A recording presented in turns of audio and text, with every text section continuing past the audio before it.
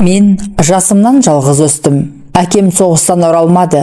Өзін көз алдыма еміс-еміс елестетемін. Шал кемпірлер, жасында сен секілді ерке, шолжаң еді дейді. Білмеймін, мүмкін растас шығар. Ол да мен сияқты жалғыз өсіпті. Біздің тұқымымыздан әйтеуір жалғыздық арылмаған. Жора жолдастарым ауылдағы 7 жылдық мектепті бітірісімен жан-жаққа оқуға іздеп шаршып кетті. Мен шешем ауырып үйде қалдым. Көктемгі қара суық өтіп кетсе керек. Ол тура бір ай бойы төсек тартып жатты. Бір ай бойы 4 ешкі мен 2 қойдың қозы-лағын бағып қағу менің мойнымда. Жаңа бұзаулаған сиырымызды көрші үйдегі келіншек сауып беріп тұратын. Оның да өз шаруасы бар. Күнде сауып беруге мұршасы келе бермейді. Кей күні сиыр иістеніп кететін болғандықтан бұзауын ағытып жіберемін. Ондайда апамның шайға қатар сүтін көрші үйдегілерден сұрап алып келемін. Шай демекші, қазан ошаққа араласу да оңай емес екен. Отын тұтата алмай, самаурынның оттығын үстінен үрлеймін деп, түтінге шаш алып, әбден әуреге түстім. Жер майдың да аз кезі. Үйдегі барды отқа тамыза тауызып біттім. Кей күні шамға құятын жер майымыз болмай, қараңғы үйде қамалып отырамыз. Төсекке жүзі домбығып апам жатады. Шашына да ақ жүгіріп қалыпты. Көңілімді жастықсы келе ме, білмеймін. Менің көзімше бір қыңқ демейді. Апам сау кезінде өте қайратты. Қора тазалағанда дәу қап шымтезекті қиналмай көтере беретін. Жұмысына ширақ, азулы болғанмен үй ішінде ол кісіден жұмсақ адам жоқ. Маған мейірімі түскені сонша, жарығым, жаншылмай еркінішші деп ауыр жұмысқа араластырмайды. Бойың өспей қалады деп суда тасытпай қалады. Апамның арманы осы жарығым оқымысты, я өнерлі болса екен дейді. Сондықтан қанша кітап сатып алсам да қолымнан қақпайды. Бір ешкісін қолқаға салып, біреудің домбырасын алып берді. Бір ай өткен соң апам аурудан айықты. Әйткенмен бұрынғы халінің жоғын көріп жүрмін. Бір жағынан колхоз жұмысы, бір жағынан үйдің қат-қабат тіршілігі қабырғасын қайыстыратын сияқты. Онысын сездіргісі келмейді, бірақ мен біліп жүрмін. Аяймын өзін. Апа, бір жылша жұмыс істемей-ақ қойыңызшы, табысты мен тауып береймін, дедім. Қой жарығым, әлден ауыртпалықты саған салсам, не болғаным, деп бой бермейді. Сөйтіп жүргенде ауру тағы қайталанды. Енді үзілді кесілді айттым. Апа дедім, мен енді қара жұмыс істесем де сізді асыраймын. Апам әуелгіде ұрысты, айналайын күнім деп үгіт айтып көрді. Бірақ мен қасарысып алған бетімнен қайтпадым. Өз бетіңше жұмыс істеп, бір үйдің асырайтын адамы атанғанда жақсы екен. Әкем құралпы адамдармен бірге Балқаш көлінен балық аулаймын. Теңіздің үсті аунаған ақ толқындар, балықшы өмірінің әрі қауіпті күндері мен түндері мені қайта туғызғандай етті. Үнемі үлкен адамдардың ортасында жүрген соң, өзің де тіршілікке байыппен қарай бастайды екенсің. Әкелген алғашқы табыстарым апамды қуантушы еді. Бірақ айықпайтын бір мұңды байқаймын. Қатарымнан қалып, қара жұмыс істеп жүргенімді сірә намыс көреді-ау деймін. Қанша дегенмен ауыл іші ғой. Пәленшенің баласы пәлен жақта оқып, кісі болған көрінеді. Әй әлгі Жәміштің жалғызын қойшы, деген қаңқу сөзден өзін әбден ығыр еткен бе деймін. Бүйтіп жалғыз шешемнің көңіліне қаяу салғанша, тырбаны оқып көрейін, тым құрыса техникум бітірейін-ау деген тоқтамға келдім. Осыны айтып едім, апам қуанғаннан көзіне жас алып, күнім жарығым деп бетімнен көп сүйді. Бар қызығым, сен оқы, деді. Былтыр аудан орталығынан ауыл шаруашылығының мамандарын даярлайтын техникум ашылған болатын. Тәуекел деп соған барғым келді. Өзінің жатақханасы, аздаған стипендиясы бар екен. Бірақ апам мені жатақханаға жібергісі келмеді. Кім біледі, бұзық балаларға кездесіп, оқуыңа кесірін тигізе ме, деп таныс біреудің үйіне орналастырмақ болды. Әрі ойлап, бері ойлап тоқтағаны Кәдірбай дегендікі. Апамның айтуынша өзінің үйі де оңаша, шуылдайтын балалары жоқ. Әр апама алыстан қосылатын ағайын адам екен. Апам мені жолға ұзақ әзірледі. Киім кешегімді жамап жасқап, бәрін име жіппен өткізіп шықты. Құнажынын сатып, жаныма ақша салып берді. Қолында сиырдың биылғы бұзауы 3-4 уақ малы қалды. Осымен ақ өлмес күнімді көрем деп қояды. жататын үйіңе деп бір қап құрт майын және берді. Колхоз басқармасынан рұқсат сұрап, аудан орталығына мені өз алып бармақ болды. Несіне әуреленесіз? Өзім де жол таппаймын ба дегенімде.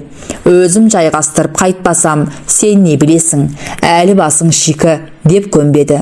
Біздің колхоз аудан орталығынан алыс болғандықтан самолет қатынайтын. Әнем не дегенше жетіп қалдық. Апам самолет ішінде құсқан жоқ. Жел қанша шайқаса да тырп етпей отыра берді. Жүрегі мықты екен. Әуелі мен жататын үйге келдік. Сосын балаша қолымнан жетелеп техникумға ертіп барды. Директорға өзі жолығып, мені қатты тапстап кетті. Ұялып теріс қарап тұра бердім. Апам жүрерінде оңаша алып шығып, ал енді құлыным, адам бол, оқы. 17 жігіт жасы, өзіңе өзің мығым бол деп ақылын айтты. Апамды самолетке мінгізіп жібердім де, көп уақытқа дейін қарап тұрдым. Самолет бұлдырап көк аспанға сіңіп барады. Бір сәт анасынан бөлініп қалған балапан сияқтымын.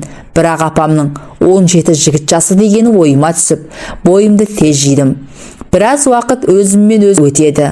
Ал бізде мал тұяғы көтерген сар топырақ шаңнан күннің көзі көрінбейтін. Күн батып, қас қарайғанда көңілім бір түрлі елегізіп, жабырқау тарта бастады. Тағы да жалғыз шешем, ауылдағы құрбыр құрдастарым, үсті басым алмандай, су балшықты ағалар есіме түсіп, қобалжып кеттім. Бәрі де мені су ортасындағы аралға тастап кеткен сияқтанды. Ел орынға отырған шақта жататын үйіме келдім. Бағана күндіз келгенімде үйден ақсары келіншек шығып қарсы алған. Өз сондай ақ жарқын, жылы жүзді екен. Апамның жиен інісі үйінде жоқ екен. Келіншегінің айтуынша кеңседегі қызметінен түскі тамаққа келуге тиіс. Біз үй иесін тостық. Жол жөнекей бұл үйдің жай-жапсарын апам түсіндіріп келген. Алыстан қосылған Кәдірбай деген бұл інісі аудандық мал дайындайтын мекеменің бастығы көрінеді. Өзі соғысқа барған, шамасы шаруашылық жағында жүріп, нағыз қан майданды көрмесе керек. Қол-аяғы бүп-бүтін, жарақаты жоқ дейді. Апамның айтуына қарағанда, бұл өз өлмейтін жерінде, өлейтін жерінде білетін еті тірі пысық адам. Шешесі марқұм сондай еді, деп қояды апам. Кәдірбай майданнан қайтып келген соң 5-6 жыл сал жүріпті де, осы Балжанға үйленіпті. 17-ге жаңа толып, бой жетіп отырған қыз, жасы өзінен бір мүшел үлкен кексе кісіге тигісі келмеген. Бірақ ауданда белді қызмет істеп, төңірегін түгендеген Кәдірбай ұзын құрығын салып жүріп, асау қызды бастықтыртып алған сияқты. Апамның айтуынша Кәдірбай үйінің Көгілдария тұрмысына Балжанның көзі қызыққан. Түс әлетінде үйге Кәдірбай келді. Ұзын бойлы, арық, тарамыс денелі, қара кісі екен. Бет бітімі сопақша, сығырайған кішкене көзі үнемі жасаурап тұрады. Еріндері боп-боз, сөйлегенде зорға ашылады. Сөйлегенде деймін-ау, ол тіпті келгелі жартып дәнең айтқан жоқ. Апаммен амандасқанда ғана езу тартқан болды. Бұдан өзге бетінен жылылық бір белгі байқамадым. Шешемнің айтқандарын я қоштағаны, я қоштамағаны белгісіз, көзін бір ноқаттан алмай, үн-түнсіз тыңдап отырды. Шыны керек, бұл тұрпатын әдегенін ақ жақтырғам жоқ. Сұр тұман сияқтанған көңілсіздікті ақ жарқын мінезімен серпіп тастап жүретін Балжан ғана. Ол көбінесе күйеу үшін жауап беріп, апамның сөздерін қоштап отыр. Соған қарағанда менің келгенімді жек көрмейтін тәрізді. Апам Балжан Кәдірбайға жасы егделеу болған соң тигісі келмеді деп еді. Онысы әшейін жиен інісі болған соң іш бұралғаны екен. Шындығында Кәдірбай Балжан сүйіп тиетін жігіт емес. Әуелгіде менсінбей жүрген болуы керек, келе-келе бой үйреніп кетсе керек. Бұл үйде жүргенімде біраз уақыт өткен. Мен ойлағандай Балжан күйеуін менсінбейді емес, қайта ақыл есін сыйлай ма деп қалдым. Үйге талай қонақтар келді. Талай-талай әңгіме ырду-дырду естідім. Солардың біреуінде де Балжан күйеуіне қарсы келген емес. Сөзінде бөлмейді. Қайта жетпеген жері болса толықтырып, өз жөнімен, өз ретімен сұраққа жауап беріп отырады. Біздің ауылда талай-талай жас келіншектер бар, бірақ олардың ешқайсы да Балжанға ұқсамайды. Балжанда бір артық мінез бар. Ол ашықтық. Ашық болғанда тым дарақ емес, біртүрлі биязылығы басым, жұғымды, жарасымды мінез. Әлгіндегідей кісі келгенде, үлкенімен де, кішісімен де ашық жарқын сөйлесе береді. Бір жағынан үй шаруасында құр тастамайды. Істеген ісінің бәрі жинақы әрі тәп-таза. Бұл үйде дүние мүлік көп, ақ төсек, көк көрпелерді былай қойғанда, мұндағыдай көп кілемдерді көргенім осы. Бір рет Балжан жоқта өзінің таза жуылған көйлегімді іздеп жүріп, төр алдындағы шифонерді ашып қалғаным бар. Сондағы алуан түрлі киімнің көптігіне қайранмын. Тіпті әйел көйлегінің өзі қаншама. Бұл үйде Балжаннан басқа әйел жоқ. Көйлектер әрине соныкі. Қу шөберекті көл көсір қылып жинай беріп, не керек деймін? Оларды жинайтын әрине Балжан емес, Кәдірбай. Олай дейтінім, Балжанның жасанып киініп жүргенін көрген емеспін. Көбіне мен білетін қызыл алашыт көйлегін үстінен тастамайды. Мұнысы дүние қорлығы шығар деуге де тағы қимаймын. Балжандай қол ашық келіншекті кездестіру қиын. Әлі күнге дейін сұрамсақ көршілердің қолын қаққанын көргенім жоқ. Менің байқауымша, оның көңілі отбасының қызығына тояттамайды. Қайда бір ойын сауықты, жиынды жер болса, соған елеңдеп, бір орында байыз тауып отыруы қиын. Бірақ ойын сауықты көбінесе жастар жасайды. Ал Кәдірбай секілді кекселер оған шақырылмайды. Жалғыз өзінің баруы Балжанға да ыңғайсыз. Ондайда жеңгемдің мұңайып жүргенін байқаймын. Кей күні бойы сарғайып отыра бергеннен, зеріккеннен болуы керек. Мен сабақтан келгенде, «Мырза жігіт, жүрші, аздап доп ойнайық» дейтін. Мен жеңеше десем де, ол маған осындай ат қойғанды. Аулаға шығып доп ойнаймыз. Жақын маңда тұратын жас жігіттер, қыздар бізді көріп ойынға қосылады. Балжан олардың кейбірімен қатар, кейбірімен үлкен болғанмен, тең құрбысының ортасында жүргендей ашық жарқын ойнайды. Өзінің сыңғырлаған тәтті күлкісімен ол жігіттерді қатты еліктіруші еді. Биікте ұшып келе жатқан допты жұп-жұмыр денесімен серіппеше атып қаққанда көз тігіп жүрген жігіттер аузын ашып қалатын. Кейде ойынның қызығымен кеш батқанын байқамаймыз. Сондай жерде сереңдеп келе жатқан Кәдірбайды көрген бойда Балжан зып беріп үйге кіріп кетеді. Бірақ Кәдірбайдың көзі қысық болғанмен ондайды алыстан байқайды. Сол түні шам сөнгенге дейін ол қабақ ашпайтын.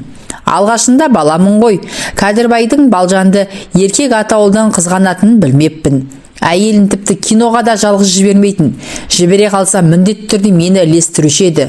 Өз өмірі киноға бармайтын Кәдірбайдың қайдан білетініне қайранмын. Бізді тек тарихи, соғыс киноларына ғана жібереді. Ал махаббат, сүйіспеншілік бар кинолардың маңайына жолатпайды. Бір күні сабақтан келсем, Балжан бұрышта теріс қарап отыр. Не болды десем айтпайды. Қоярда қоймастан бетін аштым. Бұл не сұмдық. Көзі білеудей болып іскен, бетінің бір-екі жерінде таңба тұр. Қаным қайнап кетті. Кәдірбайды іштей қанша жек көрсем де, дәл осындай қатыгез деп ойламаған едім. Жазығы жоқ адамды осынша жәбірлеуге бола ма? Балжан шіркін. Кеткенге дейін сыртқа шығып, көзге түскен жоқ. Үйдің ішкі шаруасын істеп, тым-тырыс жүре берді. Үйге келген жастау жігіттердің Балжанға жақындағасы келіп, әзіл қалжың айтып, төңіректеп жүргенін талай байқадым. Балжан ешқайсысына жылы қабақ бермейді. Кейде екпіндеп келе жатқандарын тез райдан қайтарады. Мұнысына менің ішім жылып қалады. Әлгі адам Балжанға енді жақындаса, ара түсі кеткім келеді. Оқу өзіме жаман тимеді. Техникум дегенің мектепке қарағанда оңайлау екен. Мұғалімдер тақақтап күнде сұрап жатпайды. Сұраса да баға қоймайды. Тек соңыра емтихан кезінде білетіндігің байқалса болғаны. Және көрінген сабақ жүрмейді. Негізгі пәндеріңді білсең жетіп жатыр. Көбіне машиналарды оқимыз. Ал олардың көбі маған таныс. 2 жыл жұмыс істеген шағымда біразына көзім қанығып қалыпты. Қысқасы сабақты жақсы үлгеріммен оқыдым. Ойын қуып кететін бұрынғыдай балалық жоқ. Тіпті көп қыдыруға зауқым да соқпайды. Көбінесе үйде отырып кітап оқимын. Оқитыным кілең ғашықтық жайлы әңгімелер. Оларды маған Балжан береді. Өзіне ұнағанын айтады. Ол екеуміз кейде таласып қаламыз. Балжан кітаптан оқығандарын ылғи өмірден, тұрмыстан байқап, сезгендерімен байланыстыра жатады. Мен ондайда аузымды ашып тыңдап қаламын. Жақынырақ біліп, сырласқан сайын екеуміз бір-бірімізді жақсы көріп кеттік. Мен енді сабақтан үйге қайтқанша асығатын болдым. Балжан мені жұмысқа салмайды. Үйдің жар шаруасын өзі істейді. Кісі үйінде жүрген балалардың көңілсіз әңгімелерін талай-талай естіп едім. Ал Балжан маған біреудің баласы деп қараған емес. Ауылда жүргенде өмірі монша дегенді білмеуші едім. Анда-санда үйде шомылатынмын. Бұл үйге келгелі Балжан күйеуі моншаға барса болды, мені ілестіріп жібереді. Кәдірбайдың тыртиған арық денесін көру онша көңілді болмаса да, мен Балжанның айтқанын мекетпеймін. Өйтпесем ол ренжіп қалатын сияқты көрінеді. Моншада Кәдірбай көбінесе арқасын маған ұстады. Онысы жаман. Қайтейін, амалсыз көнем. Қашқанмен қайда барасың? Бұған дейін мені ешқайда жұмсамайтын Балжан бір күні ойда жоқта. Мырза жігіт, жүр екеуміз өзен сыртынан отын алып келейік, деді. Қазір ме? Барайық деппін. Өзен жағасына келдік. Балжан күндізден бір балшының қайығын дайындап қойған екен. Балжанды отырғызып, ескекті өзім алдым. Іленің ағысы қатты болатын. Қайығымыз жеңіл екен. Сонда да ағысқа қарай тік салу онша оңайға түспеді. Бірақ намысымды бермей, барымды салып келемін. Сірә тіріліп кеткен болуым керек. Балжан бір-екі рет күліп, кел, кезектесіп есейік десе, бергем жоқ. Балжан, бәсе, жігіт адам сөйтеді, деп қойды. Жігіт деп атағанына дардай болып, ескекті онан әрмен шықына тартамын. Тер одан да, бұдан да сорғалады. Бәрібір ескекті бермейтінімді біліп, Балжан менің қиналған түріме қарағысы келмегендей қырын қарап отырды. Өзеннің ар қабағында бір кезде сексеуіл үйілген екен. Орында уақ томарлар әр жерде шашылып жатыр. Біз соны тердік. Әнемне дегенше қайығымыз толып қалды. Балжанның ал енді осыда жетер дегеніне қарамай, мен тағы да бір құшақ томар әкелемін деп жар асып кеттім. Білегіме буып, бір құшақ томарды мықшия көтеріп келсем, Балжан шешініп суға түсіп жатыр екен. Мен ұялғанымнан әкелген томарымды тастай қашпақшы едім. Балжан, мырза жігіт, ыстықтасаң суға түсіп ал, деп айғайлады. Мен өзеннің басқа бір иініне барып шомылмақшы едім. Менен ұялмай-ақ қой, деп жымиды да өзеннің ортасына қарай малти жөнелді. Апыл-ғыпыл шешініп, мен де суға қарай кеттім. Ыстықтап келіп, суға түскеннен артық рахат бар ма? Бір-екі рет ұзақ сүңгіп, Балжанның соңынан құлаштай ұрып жүзіп келемін. Мен жақындағанда Балжан кері қайтты. Осы арада өнерімді бір көрсеткім келіп, ауаны кеудеме толтыра жұтып алдым да сүңгіп кеттім. Су бетінде жүзіп келе жатқан Балжан менің қалай қарай бет алғанымды байқаған жоқ, ал мен тура соның өзіне қарай сүңгіген болатынмын. Су бетіне шықсам Балжан жоқ, сірә мен іздеп жүрген болуы керек. Мұнысын ойнағысы келгенге жорып, менің де оны су астынан қармағым келді. Бір кезде екеуміз соқтығысып қалдық та су бетіне шықтық. Балжан қою шашын кейін қарай сілкіп тастап, ұсақ тістерін көрсете күлді. Тү, қатты шошыттың ғой. Әлгінде мен оның иығынан ұстай алған болатынмын. Бұрын көйлегінің ішінен жөнді байқалмайды екен. Иығы жұп-жұмыр және тығыз көрінді. Неге екені белгісіз сол иықтан тағы бір ұстағым келді. Кел, жала ойнайық, дедім. Мен оған сен деп сөйлейтінмін. Жағаға жеткенше ойнасақ ойнайық, деді. Мен қаштым, ол қуды. Мен әрі сүңгігіш, әрі жүзгіш атанып жүргенмін. Балжанға жеткізе қоймадым. Кішкене шаршағандап, қайтадан өзен ортасына қарай жүзіп едім. Балжан, жағаға, деп айғайлады. Ал мен не болса да өзенге жақындағым келді. Сүңгіп барып әдейі жанынан шықтым. Ол маған қолын тигізіп сақылдай күлді де қайта сүңгіп кетті. Бірақ мен алысқа ұзамадым. Іле қолымды созып едім, аяғының ұшына тиді. Оған да қанағаттанбай, суды қатты-қатты серпіп жіберіп, жақындап келдім де белінен құшақтай алдым. Ол бұлқынып кетті. Екеуміз де бетке шықтық. Су астындағы ойынымыз осымен бітті. Ай, ұрсатын шығарақ деп едім, өйтпейді. Қайта әлі ойнағысы келгендей, ал қашпайсың ба, деді. Мен сүлесоқтау сүңгіп кеттім. Балжан маған оп-оңай жетіп келіп бір-екі рет шымшып қалды. Алғашқыда ыңқ деп едім, артынша әлгіндей құшақтай алған қылығым есіме түсіп, үн шығарғам жоқ. Екеуміз де кісі боларлықтай жерге келіп тоқтадық. Балжан теріс қарап тұрып, шашының суын шықты. Мен ренжітіп алдым ба деп Балжан жаққа қарай бердім. Ол әлі үн қатқан жоқ. Бір кезде маған бұрылды да, неғып тұрсың? Кейін, деді. Ұрысқаны ма, жай айтқаны ма, айыру қиын еді. Мен суды шылпылдатып жағаға қарай аяңдап бара жатыр едім. Әлгіндегідей ойнағаныңның алдарты осы болсын, деді. Бірақ бұл сөзін теріс қарап тұрып айтты. Жол бойы ешқайсымыз тіл қатыспадық. Қайықты тағы да мен естім. Төменге қарай ағыспен жүру оңайланды. Жағаға соғылмайым деп артыма жиі қараймын. Сонда да көзім Балжанда. Ол қырын қарап отыр. Сұқ саусағымен суды сызып, біртүрлі ойланған қалыппен өзен бетінен көз алмай келеді. Үйге келгеннен кейін бірер күн жөнді жауап қатыспай жүрдік. Бірақ бұл оңашада. Bir қызығы Кәдірбай барда, Балжан бәз-баяғы мінезіне салып, менімен ашық жарқын сөйлесе береді. Емтихан аяқталды. Сабақтарды 4-5-ке өткізгім. Әуелгіде орташа оқып, соңынан жақсы көріп кеткенімді мұғалімім Балжанға мақтап айтыпты. Содан кейін Балжан Кәдірбайдың көзінше мені 1-2 рет көтермелеп қойды. Кәдірбай сол күні оңашада: «Бала, сен маған ұнап жүрсің», деді. «Осы бетінен аумасаң, оқуыңды ойдағыдай бітіретін түрің бар. Ал онан кейінгісін маған жібер. Өз қолыммен бір мықты жерге орналастырамын». Мен Кәдірбаймен әңгімелесуді онша жақтырмайтынмын. Оның жылуы аз, сылбыр сөздері бір түрлі іш пыстырады. Және сөйлегенде жоғары ернін көбірек ашып, 2-3 алтын тісін әдейі көрсеткісі келеді. Әрдайым маған жағымсыз көрініп жүрген адамның әлгі сөзі бұл жолы мені қуантып жіберді. «Менің сенен бір тілегім бар», деді ол тағыдан аздап ойланып. «Байқап жүрмін, Балжан сені жақсы көреді. Сен де бір ауыз қарсы сөз айтпайсың. Екеуің сірә сырлас шығарсыңдар. Сен маған шыныңды айт. Балжанның сезікті жүрісі жоқ па?» Мен аң-таң болдым. Сезікті жүрісі қалай? Әуелгі сөзі бір мықты жерге орналастырам дегені жайлы емес пе еді? Үндемей қалуымның себебін сезді білем. Әрине саған сездірмеуі де мүмкін, деп күрсініп қойды. Ол орнынан тұрып кетті де саусағын сытырлатып әрлі-берлі біраз жүрді. «Бала, былай», деді ол әлден кейін. «Ертең мен 5 күнге командировкаға жүремін. Ауылыңды, шешеңді сағынған шығарсың. Сонда да мен келгенше осында жүре тұр. Балжанды жалғыз тастамайық. Қайтып келген соң өзім самолетке отырғызып жіберемін». Мен бұған келістім. Бір жағынан сенім артып тұрғанына көтеріліп қалдым.